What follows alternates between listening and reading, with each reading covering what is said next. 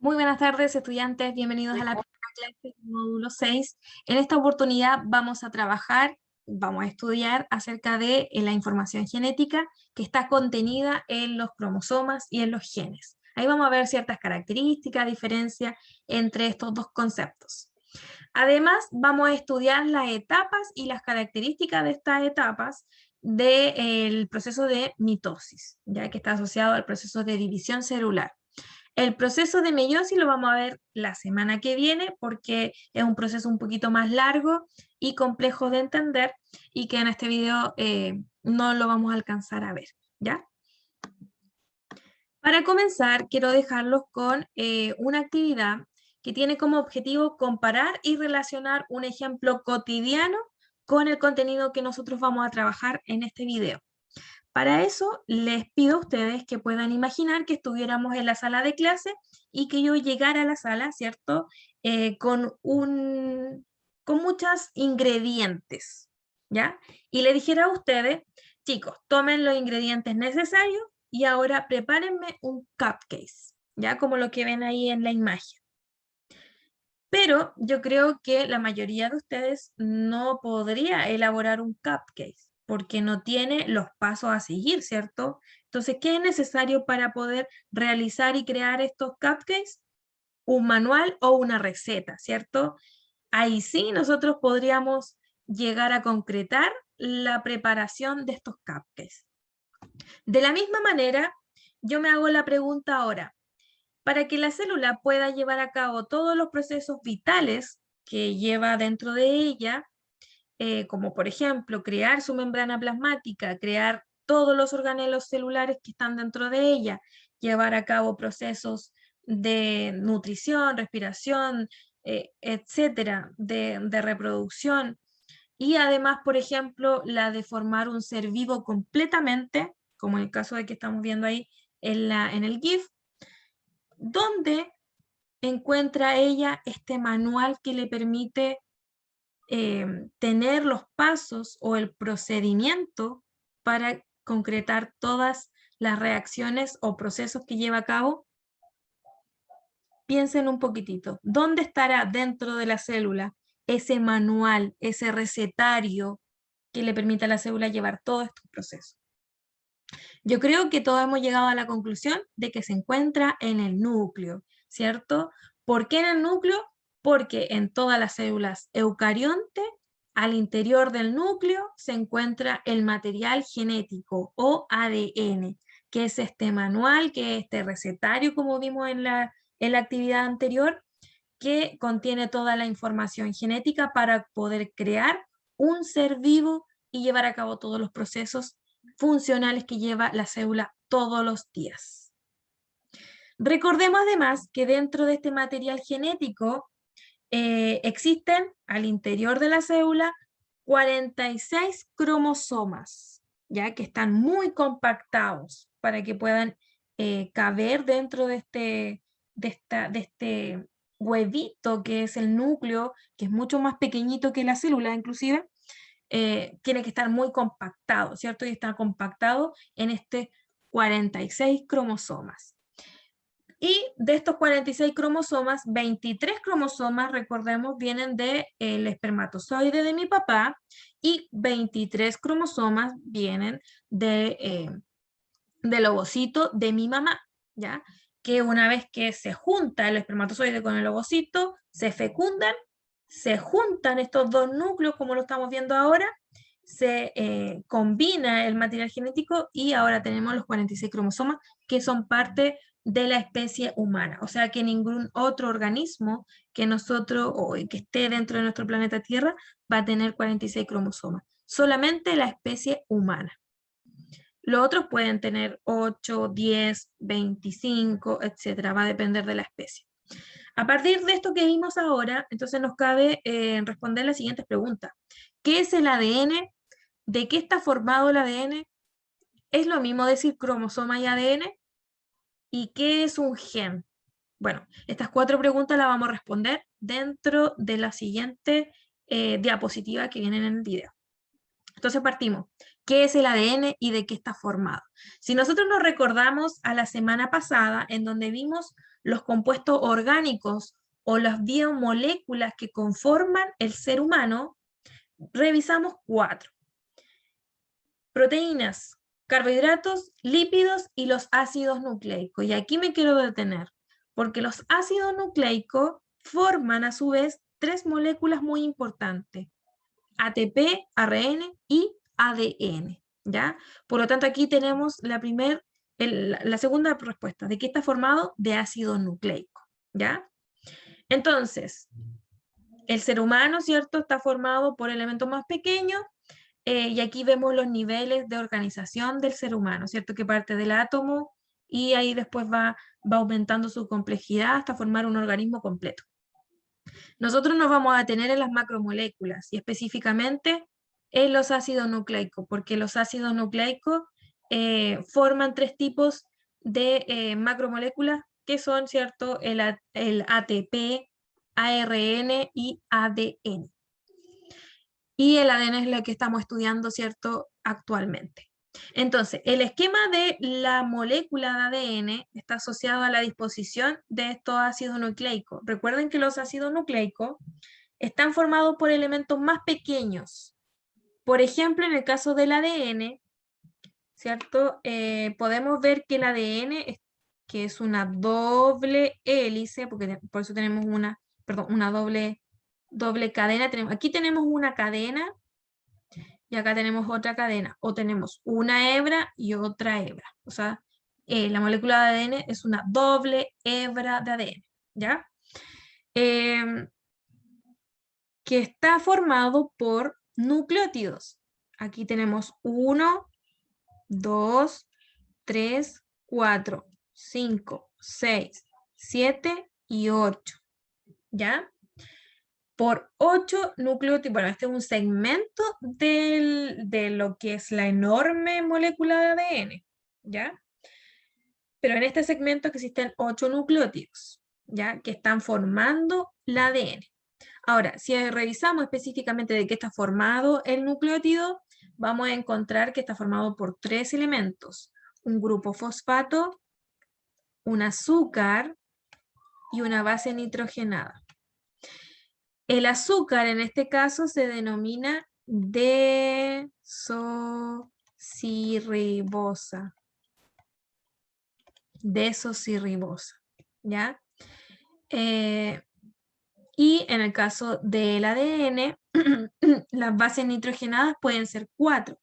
Puede ser la citosina, la timina, la adenina y la guanina, ¿ya?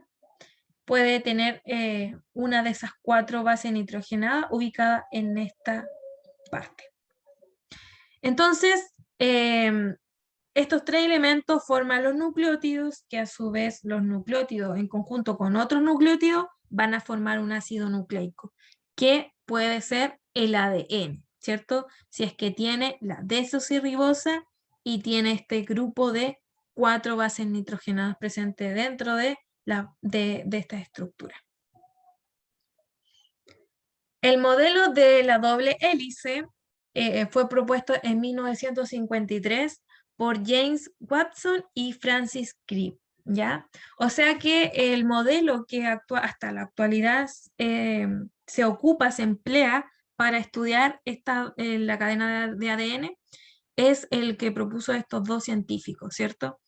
Y que viene siendo que el ADN está formado por 2 cadenas de ADN, ¿ya? O 2 hebras, las cuales se van a conectar y van a empezar a enrollarse formando una doble hélice. Entonces, su trabajo le hizo obtener el Premio Nobel de Medicina en el año 1962. Imagínense la importancia del haber descubierto cómo se estructura esta doble hélice, esta molécula, ya que su modelo de doble hélice adquirió gran importancia para comprender la síntesis de las proteínas. Recuerden que la expresión de la información contenida en el ADN se traduce o se crea en una proteína. Además, sirvió para entender la replicación del ADN, o sea, de cómo a partir de estas 2 hebras de ADN se pueden obtener 4 hebras de ADN, su replicación, su duplicación, y las mutaciones asociadas, ¿cierto? Si nosotros entendemos cómo está estructurada el ADN, podemos entender que existe un patrón, que existe algo normal que podemos comparar con ciertas combinaciones o cambios que existan y poder entender que de allí originó una mutación, una enfermedad. Entonces, dijimos que el ADN está formado por, ¿cierto? Grupos fosfato, un azúcar, que en este caso es la desoxirribosa, y por bases nitrogenadas. Y aquí precisamente adquieren gran importancia las bases nitrogenadas porque son ellas específicamente las que contienen el material genético. O sea, la disposición que tengan estas bases nitrogenadas a lo largo de la molécula de ADN va a hacer que exista una información específica, ¿ya? Un código. Entonces, recordemos que la molécula de ADN contiene 4 bases nitrogenadas, como son la adenina, guanina, citosina y timina. ¿Por qué el uracilo no? Uracilo, perdón, no, porque este está ubicado en el ARN, ¿ya? ARN, no en ADN. Todas estas están en el ADN. Entonces, estas bases nitrogenadas del ADN van a formar en sí un código, una información, dependiendo de en dónde estén ubicadas y la disposición que tengan, ¿ya? Hay que señalar también que, como dije, el ADN está formado por una doble cadena, ¿cierto? Una está a este lado, al lado izquierdo, y la otra está al lado derecho. Y entre ellas se pueden unir a través de la complementariedad de las bases. O sea que las bases son las que unen estas dos hebras o cadenas, ¿ya? Entonces, si a este lado izquierdo tengo una citosina, al lado derecho tengo que tener una guanina, ¿ya? Sí o sí. La citosina no es complementaria a una adenina o timina, sino una guanina. Y lo mismo pasa con la timina, ¿cierto? Si a este lado tengo una timina, al otro lado tengo que tener sí o sí una adenina. A este lado tengo una guanina, al otro lado tengo que tener una citosina. Adenina, timina, ¿ya? Son complementarias y se unen a través de enlaces, ¿ya? Y estos enlaces entonces permiten que la molécula pueda mantenerse estable, unida. Entonces, el código genético son las instrucciones que le dicen a la célula cómo hacer una proteína y están dadas por la disposición de las bases nitrogenadas. Vuelvo a repetir. Ya, estas letras, ¿cierto? La timina, citosina, guanina y adenina forman un código en el ADN. El código para cada gen combina los 4 compuestos químicos de diferentes maneras para formar palabras, ¿ya? De 3 letras, las cuales especifican qué aminoácido se necesita en cada caso de la síntesis de proteína, ¿ya? Entonces, recordemos que las proteínas están formadas por estructuras mucho más pequeñitas, que son los aminoácidos. Y la disposición de cada aminoácido que conforma esta proteína la va a dar el código genético, la disposición de estas bases nitrogenadas. Ahora, a lo largo de esta grande molécula de ADN, que se dice que si nosotros desenrolláramos un cromosoma, podría alcanzar una longitud de 5 centímetros. Imagínense lo largo que es, ¿ya? En comparación a en dónde está ubicada, en dónde está almacenada, que en el núcleo, que ni siquiera nosotros podemos ver el núcleo o la célula de nuestra piel a simple vista, ¿ya? Imagínense la longitud entonces que tiene la molécula de ADN. A lo largo de esta molécula de ADN existen secuencias, segmentos, ¿ya? Y cada secuencia o cada segmento contiene información genética específica. Por ejemplo, color de piel, color de ojo, altura, no sé, alguna enfermedad, no sé si si voy a ser propenso a diabetes, a hipertensión, etc. ¿Ya? Va a tener información específica. Cada segmento. Ya estos segmentos les vamos a denominar genes. ¿Ya? Por lo tanto, los genes son secuencias específicas de nucleótidos que contienen información genética. Y aquí vemos entonces cómo podemos determinar que en esta región que va desde aquí hasta acá, existe una secuencia, un segmento, perdón, o secuencia también de nucleótidos, ¿cierto? Y a este segmento que comienza acá y termina acá, va a tener información genética. Por ejemplo, para el color de ojos café. ¿Ya? Entonces, a este segmento que tiene información específica, le vamos a denominar gen. ¿Ya?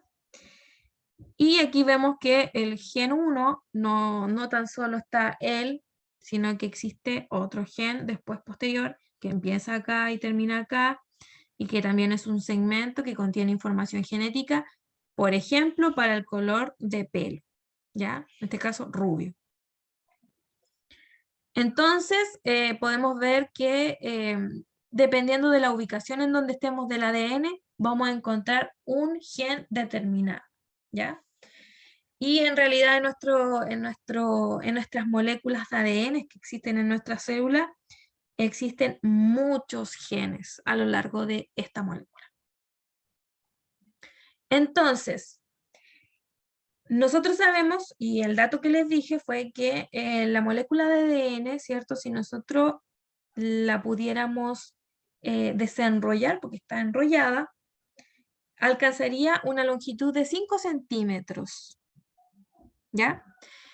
Entonces, nuestra biología, nuestra parte funcional es tan inteligente en nuestro cuerpo que en vez de tenerla así, lineal, ¿cierto? Sin enrollar, desenrollada, no podría caber los 46 moléculas de ADN, ¿ya? En el núcleo. Por lo tanto, ¿qué se hizo?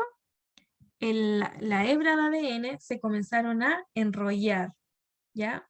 Una vez tras otra, para así posteriormente comenzar a formar los cromosomas.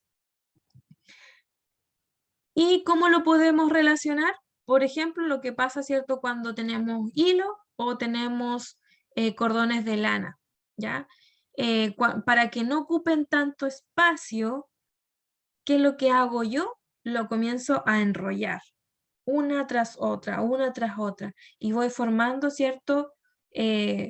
Una pelotita de lana, la cual posteriormente forma un ovillo, ¿ya? Que ahorra más espacio que sería, ¿cierto? Teniendo la lana desenrollada o el hilo desenrollado, ¿cierto? Lo mismo pasa entonces con la hebra de ADN, la cadena de ADN. Se comienza a enrollar una tras otra vez con la ayuda de unas proteínas que son circulares, que la hebra de ADN se comienza a enrollar sobre estas pelotitas y después se envuelven a enrollar, como lo vemos ahí en la imagen, y que forman, ¿cierto?, esta estructura más compacta, que son los cromosomas. Y los cromosomas nosotros lo podemos visualizar, de hecho nosotros podríamos hasta pagar para poder obtener una imagen como la que vemos ahí, que es el cariotipo, que el cariotipo es como una técnica, una representación de los 46 cromosomas que existen en nuestra célula y lo ordenan específicamente del cromosoma número 1 al cromosoma 23 y los van ordenando de a pares, ¿ya? Por ejemplo, aquí existe un par, tenemos un cromosoma 1 y un cromosoma 1, ¿ya? Pero uno es de mi papá y otro es de mi mamá. Acá tenemos dos cromosomas, ¿ya? Del par 2, pero uno es de mi papá y otro es de mi mamá. Y así sucede con todos los cromosomas hasta el número 23, que es este último, ¿ya? Y el número 23 me proporciona una información extra que es el sexo del individuo, ¿ya? Que puede ser sexo masculino o femenino dependiendo si encuentro cromosomas XX o XY, ¿ya? Si encuentro dos X, este cariotipo hace referencia a una mujer. Y si es XY, a un hombre, ¿ya? Todos los demás cromosomas del 22 hacia adelante o hacia atrás son cromosomas que tienen información para las características corporales de nuestro cuerpo. Las cromosomas par 23 son cromosomas sexuales. O sea que ellos tienen información referente a las características sexuales de cada individuo. Recordemos que el ADN entonces contiene la información genética del organismo, de la especie, ¿cierto? Para expresarse en la formación de una proteína. Y a esto es lo que nosotros le denominamos el dogma de la expresión génica, ¿ya? En donde a partir de ciertas etapas como la transcripción, la traducción, ¿cierto? Podemos obtener la formación de una proteína a partir de la información contenida en la molécula de ADN, ¿ya? En donde esta molécula de ADN se comienza a desenrollar, se abren estas dos hebras y se copia el segmento que queremos obtener la información, ¿cierto? De ese segmento, de ese gen. Y a partir de esa copia obtenemos un ARN mensajero, ya que es la copia del ADN, del gen. Y que posteriormente pasa a traducción, en donde comienza a formarse una proteína. Ahora vamos a observar, y para retroalimentar lo que acabamos de ver, un video que nos va a permitir, ¿cierto?, entender un poquito más acerca de lo que ya le he comentado, ¿ya? Así que pongan mucha atención y posteriormente hagan la actividad número 17 de su libro. Nuestro genoma. El ADN dentro de una célula está organizado en 23 pares de cromosomas, o sea, 46 cromosomas en total. Si desenrollaras un solo cromosoma, vuelta por vuelta, bucle por bucle, su ADN mediría más o menos 5 centímetros, tan alta como un durazno. Si nos pusiéramos a desdoblar todos los cromosomas de una célula, se formaría una hebra de 1 metro con 80 centímetros, más alta que el mexicano promedio. ¿Te imaginas qué pasaría si desenrollaras todo el ADN de todas las células de tu cuerpo? Pues antes que nada, te mueres. Bueno, ya en serio, sí te morirías, pero si lo pusieras alineado, todo tu ADN podría llegar hasta el Sol y de regreso más de 300 veces. ¿No te parece sorprendente cómo es que casi 2 metros de ADN quepan dentro de un núcleo celular 50 veces más pequeño que un grano de azúcar?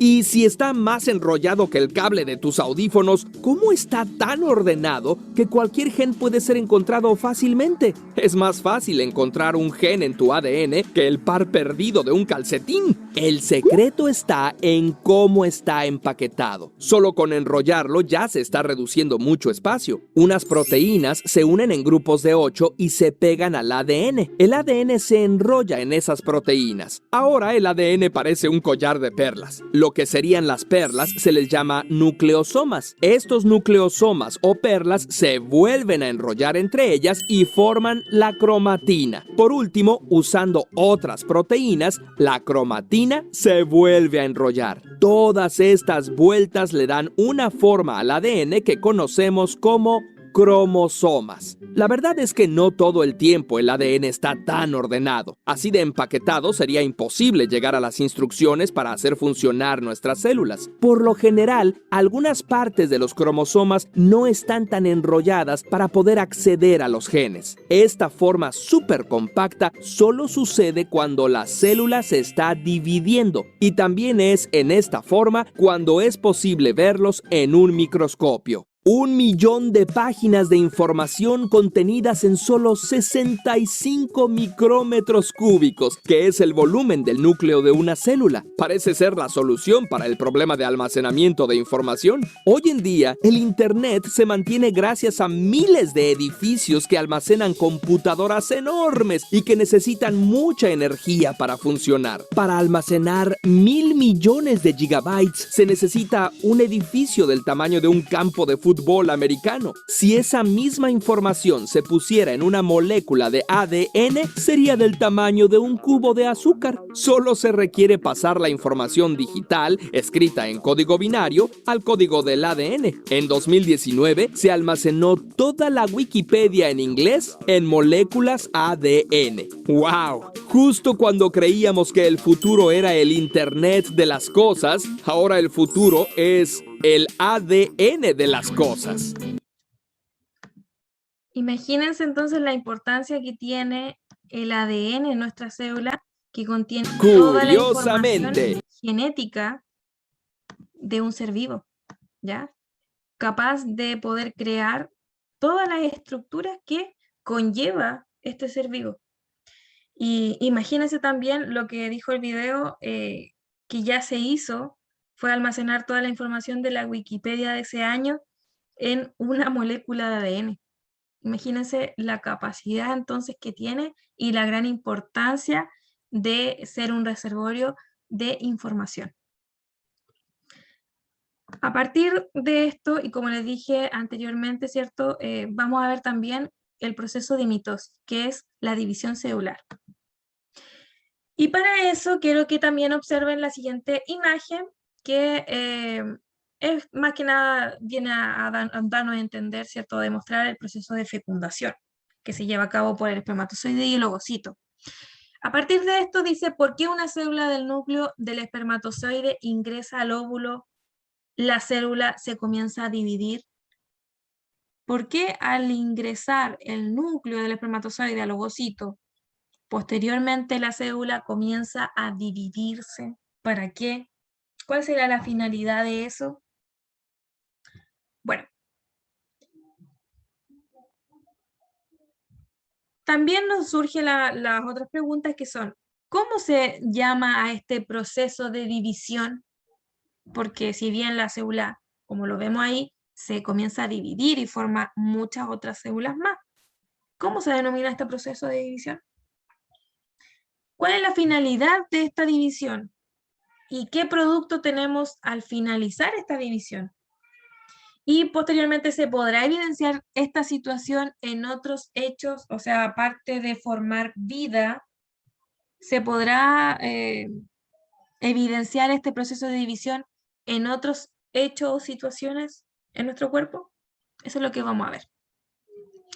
Para comenzar, podemos definir que lo que vimos anteriormente se denomina división celular, o sea que a partir de una célula damos origen a otras células, ¿ya? Y como la definición de esta división celular o ciclo celular se denomina así. Es un proceso de multiplicación de una célula para originar dos células nuevas iguales a su progenitora. Este es un proceso de reproducción celular, ¿ya? Multiplicación o proliferación celular a partir de una célula, ¿ya? Dando como origen entonces dos células nuevas iguales, clones a su progenitora. ¿Y qué finalidad tiene el originar nuevas células?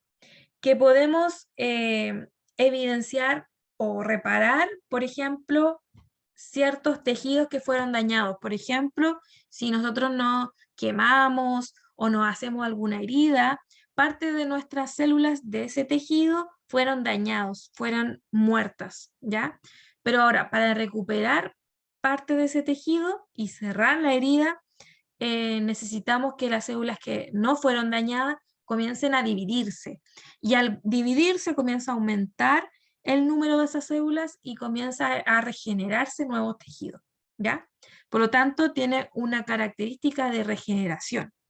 También aumento del número de células, o sea, de reposición.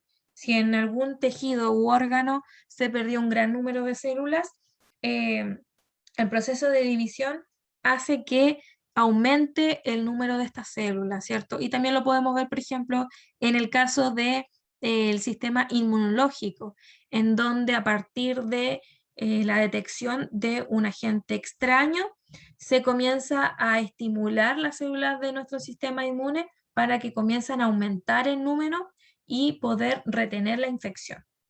También bueno, también podemos, ¿cierto?, evidenciar este proceso de división celular al formar un organismo completo. Necesitamos que esa célula que se creó después de la fecundación del espermatozoide al ovocito, de origen al cigoto, que es una célula, necesitamos que esa célula comience a dividirse para poder formar todas las células que van a dar forma a todos los órganos, estructuras de nuestro cuerpo.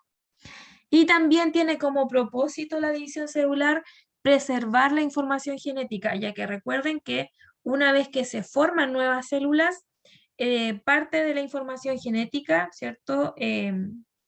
También se introduce a estas nuevas células. Para que ustedes entiendan un poquito mejor cómo es la parte o cómo se lleva a cabo este proceso de división celular, es que lo invito a que ustedes puedan observar esta representación, en donde nos va mostrando cuáles son los sucesos que van ocurriendo en la célula y que posteriormente terminan en la formación de dos nuevos núcleos, como lo estamos viendo ahora, y posteriormente la división del citoplasma y membrana plasmática, para posteriormente separarse y formar dos nuevas células. ¿Ya? Esto se denomina entonces división celular. Entonces, existen dos tipos de división celular, tenemos la mitosis y tenemos la meiosis. Cada una de ellas tiene características diferentes y va a dar origen a células diferentes, ¿ya? Pero tienen consigo la división de las células. Vamos a hablar solamente en este video de la mitosis, la otra semana meiosis. Entonces, la división celular dada solamente por la mitosis, vuelvo a repetir, comprende dos etapas. La división del núcleo, que es en sí la mitosis, o sea, el concepto de mitosis, cuando hablemos de mitosis, lo tenemos que relacionar a la división del núcleo, no división de la célula en sí, ¿ya? Porque la división de la célula se denomina de otra manera y es parte de otra etapa. Entonces, cuando hablamos de división del núcleo, mitosis. Y esta división del núcleo está dividida en 4 partes o etapas: profase, metafase, anafase y telofase. Y eso es lo que vamos a entrar a estudiar. Antes de que la célula se pueda dividir en su, ¿cierto?, ya sea su núcleo como la célula completamente, pasa por una etapa, ¿ya? Una etapa de preparación que se denomina interfase. Pero antes de ir a la interfase, la célula, cuando fue originada a partir de otra célula, la célula en ese momento tuvo dos opciones, ¿ya? O sea, tengo una célula y de esta célula se dio forma a dos nuevas células y estas dos nuevas células van a tener la opción de tomar dos caminos: irse a G0 o entrar a interfase, ¿ya? ¿Qué significa que una célula entra a G0? Que no va a seguir dividiéndose, va a permanecer ahí, quieta, ¿ya? ¿Qué células entran a G0, por ejemplo, en nuestro cuerpo? Tenemos las neuronas, que no tienen esta capacidad de dividirse y generar más neuronas. Algunas, bueno, el avance de la ciencia ha descubierto que ciertas neuronas sí tienen esa capacidad, pero otras no. Y las células de nuestro músculo tampoco tienen la capacidad de dividirse posteriormente, entran a etapa G0.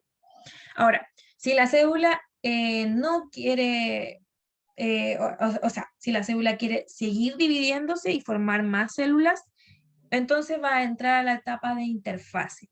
Y aquí se va a dividir en 3 etapas más: G1, S y G2, ¿ya? Y al entrar a G1, aquí la célula principalmente lo que va a hacer es aumentar de tamaño, porque cuando se originó, se originó con un tamaño menor que su célula madre, ¿ya? Por lo tanto, empieza a aumentar de tamaño, aumentar la membrana plasmática, duplicar los organelos, las enzimas, moléculas, para poder enfrentarse posteriormente a la división de la célula. Después entra a una etapa muy importante, que es la etapa S. Aquí es donde ocurre la duplicación del material genético. O sea que, si en mis células de mi cuerpo, a excepción de las células sexuales, yo tengo 46 cromosomas, ¿ya? Y cuando la célula pasa por una etapa S, esos 46 cromosomas deben duplicarse. ¿Qué quiere decir esto? Que tengo que crear 46 cromosomas más, ¿ya? Por lo tanto, 6 más 6 serían 12, 4, 8, 9. Ahora entonces tengo 92 cromosomas o 92 hebras de ADN, moléculas de ADN. Ya tengo el doble. Posteriormente a esta duplicación del material genético, y que aquí igual lleva un poco más de tiempo porque es un proceso que tiene que ser controlado, porque estamos hablando de la duplicación del código, de la información del código, ¿cierto? De las bases nitrogenadas, que frente a cualquier modificación pueden dar origen a mutaciones, por ejemplo, a enfermedades. Por lo tanto, se necesita ir controlando. Y esto, el control de esa duplicación se lleva a cabo entonces en la etapa G2. Aquí es donde, ¿cierto?, se reparan ciertos cambios que se produjeron en el material genético y también ciertos daños que hubo o se tiende a analizar lo que fue las etapas anteriores. Una vez que llegamos a etapa G2, que es de la interfase, vuelvo a repetir, ahora sí la célula está preparada para la mitosis, división del núcleo. Y como dije, la mitosis se divide en 4 etapas: profase, metafase, anafase y telofase, y vamos a comenzar con la primera, profase, en donde habla de una condensación del material genético. O sea que esas hebras de ADN comienzan ahora a enrollarse, como la vimos anteriormente, enrollarse muchas veces y comienzan a formar una estructura que se va a denominar cromosomas. Ya teníamos una hebra, teníamos el ADN así, y posteriormente ahora comienza a condensarse, quiere decir que, que esta molécula de ADN comienza a enrollarse muchas veces, dando origen, ¿cierto?, a los famosos cromosomas. ¿Ya? Ahí. Y esta parte se une. Ya teníamos la hebra de ADN ahí de manera lineal, ¿cierto?, desenrollada, y ahora la tenemos de manera condensada. Posteriormente, dice que en esta etapa igual la membrana nuclear se inicia su desorganización, o sea, la membrana nuclear desaparece en esta etapa. Y los centriolos, que son estructuras que forman el uso mitótico, que posteriormente van a empujar, ¿cierto? Se van a adherir a los cromosomas y posteriormente los van a empujar hacia los polos de la célula, ¿ya? Para posteriormente separarse y formar 2 núcleos, ¿ya? Perdón, uso mitótico, forman el uso mitótico, ¿ya? Entonces, tenemos aquí la profase, ¿cierto? Ahí tenemos la profase inicial, en donde vemos estos cromosomas condensados, el ADN condensado en cromosomas, Y aquí vemos que el núcleo todavía no está desorganizado, o sea, todavía no ha desaparecido. Pero ahora sí avanzamos un poquito en la profase, a la prometafase, encontramos que, ¿cierto? Ya no existe la presencia del núcleo y los centriolos, que son estas estructuras que están acá, se fueron a los polos y comenzaron a crear el uso mitótico que se adherió o se unió a los cromosomas. Posteriormente viene la etapa 2, que es la metafase, en donde los cromosomas alcanzan su máximo grado de condensación, está muy condensado, muy empaquetado, y cada centrómero interactúa con el uso mitótico. Este es el uso mitótico, que son estas hebras, ¿ya? Que salen de los centriolos, que son estos. Y que estos usos mitóticos se van a adherir al cinetocoro, que es esta estructura central de los cromosomas, para posteriormente, ¿cierto?, ordenarlos de manera lineal, como lo vemos en esta imagen, lineal o central, ¿cierto?, en la parte central de la célula. Posteriormente tenemos la etapa 3, que es la anafase, en donde ya observamos que el uso mitótico comienza a acarrear los cromosomas, ¿cierto? Y los lleva hacia los diferentes polos.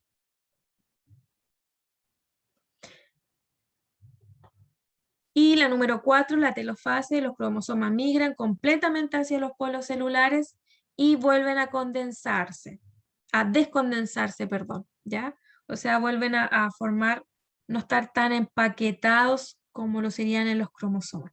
Recuerden que la única etapa en la que podemos observar cromosomas en la célula es en la etapa de mitosis, ¿ya? Profase, metafase, anafase. Después, la célula tiene su ADN descondensado. El uso mitótico comienza a desaparecer y se inicia la formación de la membrana nuclear, como podemos ver aquí, ¿cierto? En el GIF que la estoy presentando. 2 núcleos, una célula. Y posteriormente, eso sería la última etapa de la mitosis, telofase, y ya después viene otra etapa que no es parte de la mitosis, que es la citocinesis, que es la división del citoplasma de la célula madre en 2 partes iguales, ¿ya? Y para eso actúa la actina y la miosina, que son proteínas que forman un anillo para posteriormente separar la membrana nuclear y formar estas 2 células hijas, ¿ya? Que tienen 46 cromosomas y 46 cromosomas, al igual como lo fue su célula madre, con 46. Ya, chicos, entonces les quería compartir un video que sería ya lo último. Es principalmente para que ustedes puedan entender y también visualizar cómo sería la división en vitro, o sea, en vivo y en directo. Pero para eso... ¿Cómo te imaginas? Para eso voy a salir de esa página y les voy a presentar inmediatamente el video que les tengo preparado. Es súper increíble ver en vivo y en directo cómo la célula pasa por todas las etapas que ya habíamos descrito. Así que lo disfruten y con esto ya terminamos el video de hoy y nos vemos la próxima semana. Esta célula vegetal de lirio se prepara para la división. Primero sus cromosomas se condensan.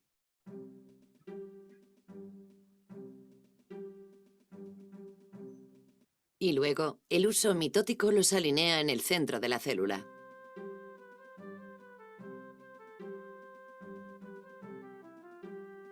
En la transmisión de metafase a anafase, las cromátidas hermanas de cada par de cromosomas se separan de repente, con una sincronía sorprendente.